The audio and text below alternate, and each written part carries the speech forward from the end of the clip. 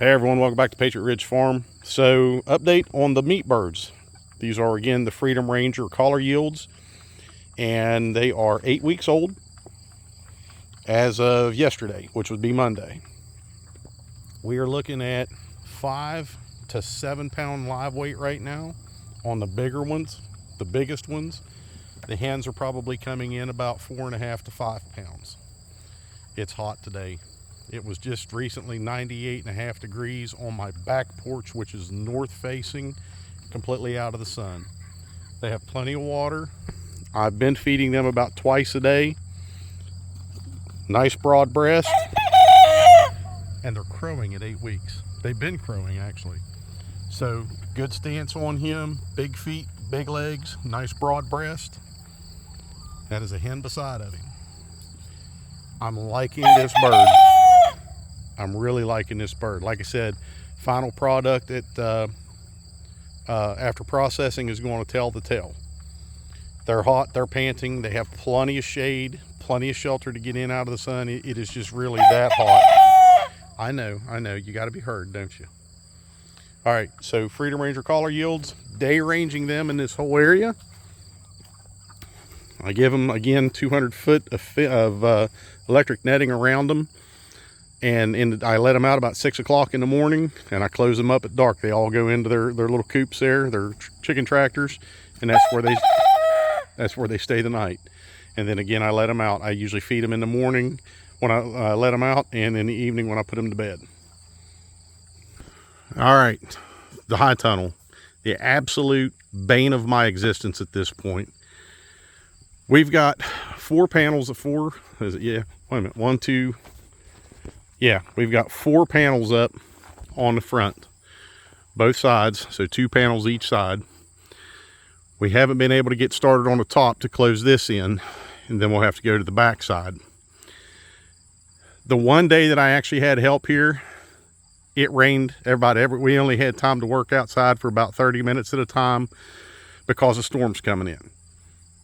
And it would rain cats and dogs for about 15 minutes. And then it would get so hot and humid, and it was so muddy out here, even though I've got this gravel base here around it now, or in front of it.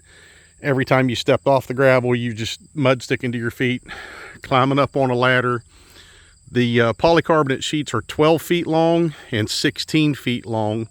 And unfortunately, you can only use the 12 footers on the very far end. You have to use the 16 footers. Now they're 6 feet wide, 16 feet tall. It takes every bit of 4 people to stand one of those up there, and it stuff's very flexible. And somebody's got to get on a ladder on the inside, somebody's got to get on a ladder on the inside, 1 or 2 people holding it at the bottom, somebody in the middle, and then the person at the top on the inside making the mark to cut it out. One of the biggest issues we've ran into is this track right here. So this is, it's a double track. So there's an open track on this side, and then there's a track here where the polycarbonate goes into. And you're taking this 2-inch track, which is flat, by the way, to start off with, and you're trying to center it on a round bar. And it's a straight piece of metal that you have to start at the peak up here at the point and start screwing it down every 6 inches in order to get it to bend and mold to the shape of the arch. One of the issues that we keep running into with that, I got sun setting here. If you see these straps, the round strap right there, that provides enough of a lip for that thing to just want to get all wavy, and there's one at every upright, so it makes it hard to get that thing to go down there. Plus you're trying to hold it on in place, get it centered where you need it, get your screw started, and work your way down every 6 inches, trying to center that thing the whole way down. And it becomes very flexible once you get it to start bending. So it'll bunch up a little bit, and you'll have to take a screw out and kind of flatten it down. It's a pain in the ass. I'm going to tell you that straight from the beginning. it is a huge pain in the ass. And another thing too is where those straps go on that top bar, there's a brace that it attaches to. Let's see if I can find it now that I got my camera all zoomed in. See that brace right there at the top of the bar? Those screw heads stick out enough that when you put the track on the outside for the plastic to go into, like right here, the only way we were able to get it to work was take the screws out, because that strap is just kind of like a U. It kind of sets like this over top of that post and screws into it. The only way we were able to resolve that was take the screws out of the outside of it, finally get that track up there, because it kept wanting to kick your track out and kick your polycarbonate out, is take those screws out of the one side, put your track on, and then drive screw through the track, through the brace, and finally into the upright. And that is the only way to do it. So, and Saturday and Sunday, I had 2 people Saturday. We were only able to work until about noon because it's been so hot. It's been in the mid 90s all week. And then Sunday, we were only able to work till about 2 because of the heat. I mean, we had to take frequent breaks because out here, there's the sun. It's after 6 o'clock, and this is the track of the sun. So you've got no break in the sun all day long, and it's been pretty much cloudless. So from about 8:30, that sun comes up right behind that tree, and from 8:30 on, you're full sun exposure all day. And it got so hot, we were able to work out here for about an hour, hour and a half. We'd have to go inside, sit for about 45 minutes in the air conditioning, drink water, and then rehydrate ourselves because you just sweated. On top of that, the battery operated tools, the batteries were getting so hot on it because of the heat that we had to we were draining our batteries a lot faster than what we normally do. And the socket heads that I bought specifically for that driver to put these screws and bolts and stuff in, we have driven so many screws and so many bolts in this project. I bought them things brand new specifically for this project, that the one that we use the most for this side, I can't remember what size it is right off the top of my head, but these screw heads right here, we have driven so many of these that it no longer has any teeth on it. It's just starting to round out where it's starting to strip off on the screws now. So I'm going to have to go get a new one to get that size, because we've driven so many screws into this thing. On top of that, it's been so hot and dry that we are infested with yellow jackets. So any opportunity that I have, as dry as it is, and don't have to worry about the rain, to get any brush hogging done, I'm not getting any brush hogging done. The guy that cuts my hay, he came up yesterday and cut hay. It wasn't probably 16 inches tall at best because we've had no rain. The other issue is with this greenhouse, this is a Rimmel Nor'easter, is the metal end walls are custom. There's almost no directions whatsoever for these metal end walls. The frame and the structure itself was simple. Honest to God, it was simple. Everything slides together. You know what braces go where. You just line everything up. You plumb everything up. You level everything up. You put it together. This becomes a custom build, and there's no directions. I've actually had to get on YouTube and look at some variances in the ability to do the custom builds with these. And like I said, the instructions, what there are, show you nothing. They give you examples. This is how one would look that somebody else did. This is how one would look that somebody else did. And that's it. No measurements, no nothing. So this has turned out to be a huge pain. We are going to finish it. Get into a little intricate cutting when we get up around the front here, because we have to frame out around the vents. The sides aren't as bad, but again, everything just, it's such tedious work. And a friend of mine who helps me with this said, hey, He said there's a YouTube channel called Simple Living Alaska, and they have built, I think, already 2, or this is the 3rd one that they're building, and it's a Rimmel nor'easter. It's a little bigger than this, and even they say it's just ridiculous. There's so many parts, there's so many steps, and then when you do the metal end walls like this and the polycarbonate panels, you get virtually no instructions at all. So no, I'm not whining, I'm not complaining, I'm just telling you this is why. And then with my job, my full-time job, having to go back on site more frequently now, and it's pulling me away from this, and you know, just walking out my door and doing my chores. Now I'm looking at, you know, a 35-minute commute too, and anywhere from a 35 to an hour, 35 minute to an hour commute home, depending on how traffic. And now that school's in, it'll definitely be an hour commute home in the evenings. And I've been waiting here until about 6 o'clock to come out and start doing my chores to feed and everything like that because of the heat. The pigs are just laying in the woods. They're not wanting to come out in the sun. The chickens are just kind of laying around. So I kind of wait until later in the evenings to get this done. And that way, you know, the food's not sitting out there with all the flies and the bees and everything flying around it. So the steps left is to finish out closing in the front of this, close in the back wall, then the roll up side mechanism gets put on. That's going to be fun because there is a lot of steps involved in that. And you do that on both sides, and then we can finally stretch the plastic. Now this will be a double layer plastic, or 2 layers of plastic here because it'll be the inflated plastic. So you got that to do. You got the wiggle wires to put in once you get the plastic on and get it to where you need it. There's still a lot of steps to do, even though there's only a few main steps left in the actual build of this. And then by the time we get that done, we're well outside of the planting season. I think what I'm going to do is I'm going to come in here and I'm going to do about a 2 to 3 inch, just a till on the top of the soil here. And I'm going to plant ryegrass in here for winter rye, and let it grow. And then I'll come in like March, February, March, depending on how the winter goes. I'll mow that down. I'll put tarps over top of it, kind of get that little compost going.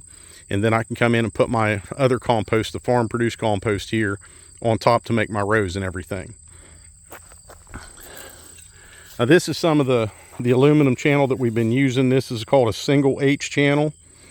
And that is what we use when there's only one piece of polycarbonate going into it, like here on the door side.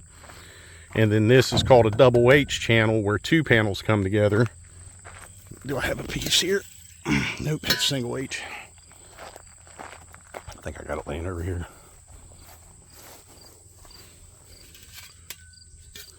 Single H, double H right there.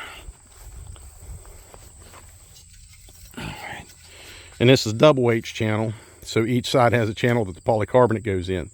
And surprise, surprise, I can't remember how deep that is. We had a measurement. But when you put this up, you don't put it up with the channel facing out. You put it up with the channel facing in, and you have to pick the center and drill through it to get it to, you know, to mount to the greenhouse. So it gets fun. But anyways, that's as far in 2, and I'm just going to say 2 full 8-hour days is what we've been able to put into it in the last couple weeks. Kind of spread out, maybe 10 hours tops, and we've got 4 panels up. That includes all the track and everything like that that you have to put on first. Then you have to put your panel up, make your marks, bring it down, cut your angle, set it back up there, because it doesn't cover like this panel here will cover from right here, and it'll stick out to about right here. So then you have to mark the center of your post all the way down the sheet. Then you have to take that 12 or 16 foot sheet of panel after you've already marked it and cut your angle. Then you have to take it back off, and then you have to make sure that you've got the right height, that the cut will fit into your channel without pushing your channel up or keeping it from going in, making sure the bottom's not, you know, folded out on the ground or anything like that. And then you have to take it back down and you have to rip the whole length of it to get it to fit in there. And then of course, once you do get it in there, you're going to have some waves and some humps and bumps. You got to take it down, you got to mark it, take it down, you got to trim it up. So you're like 3-4 attempts to get it to fit in there just right. Then you got to get the channel in. Then you got to set your next panel up. This panel would definitely be a 16 footer, where this one would be a 12 footer. So then you got to put a 16 foot panel up. It sticks out 6 feet. And then you got to do the same thing all over again. And it is tedious. It's a huge pain in the butt. People who do this all the time, put these things together and have put many together, probably a lot easier for them. But for amateurs to get started on it and do it on their own, well, you can see we've been at this for 10 months, almost 11 months now. And that's just because of the weather from the wet winter and early spring that we had. And then we've come into summer and we've had heat advisories, mid 90s and up since the end of June, and almost, well, I think we've had like an inch of rain or a half inch of rain since the end of June. All right, and in the interim, I bought a pig feeder. Now this will accommodate, the literature says it'll take up to it'll feed up to 60 pigs. It's got 8 slots on it, convenient enough because I've got 8 pigs that were growing out for a butcher this fall. It's an Osborne brand. It's the RF1, and it's a 390 pound hopper. It'll hold 390 pounds of feed in it. And what you do is you put your feed in there.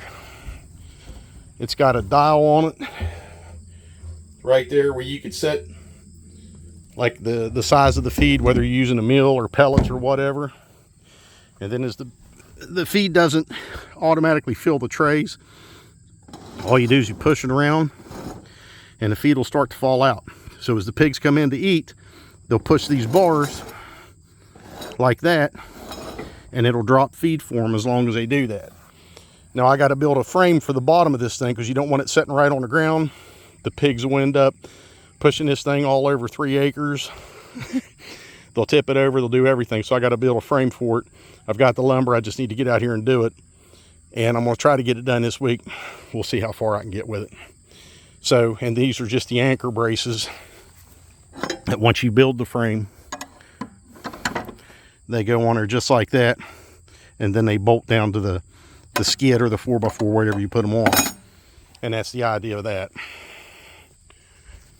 So, weather has definitely played a huge role in the progress of this thing. Being novice amateurs and a lack of good instructions on finishing has really hampered us. I've called the place where I've got it at. I can't tell you how many times. Hey Ken, can you please tell me I'm at this stage? What do I need to do next? Okay, do this, because it's not in the instructions. And like I said, every time you get on YouTube, I'm not going to find this exact greenhouse, these exact dimensions. Everything is much bigger, and therefore it kind of falls into a different category. So it's a struggle. This has been a project that even my wife said, you know what, if you can find somebody to come out here and finish this, we'll pay them. And I'm about to take her up on that offer if this weather doesn't cut back, because I'm just standing out here talking to you guys and it's so hot, it's ridiculous. But anyways, that's where we're at with that. The mine property, I haven't been down to the mine property in over a week.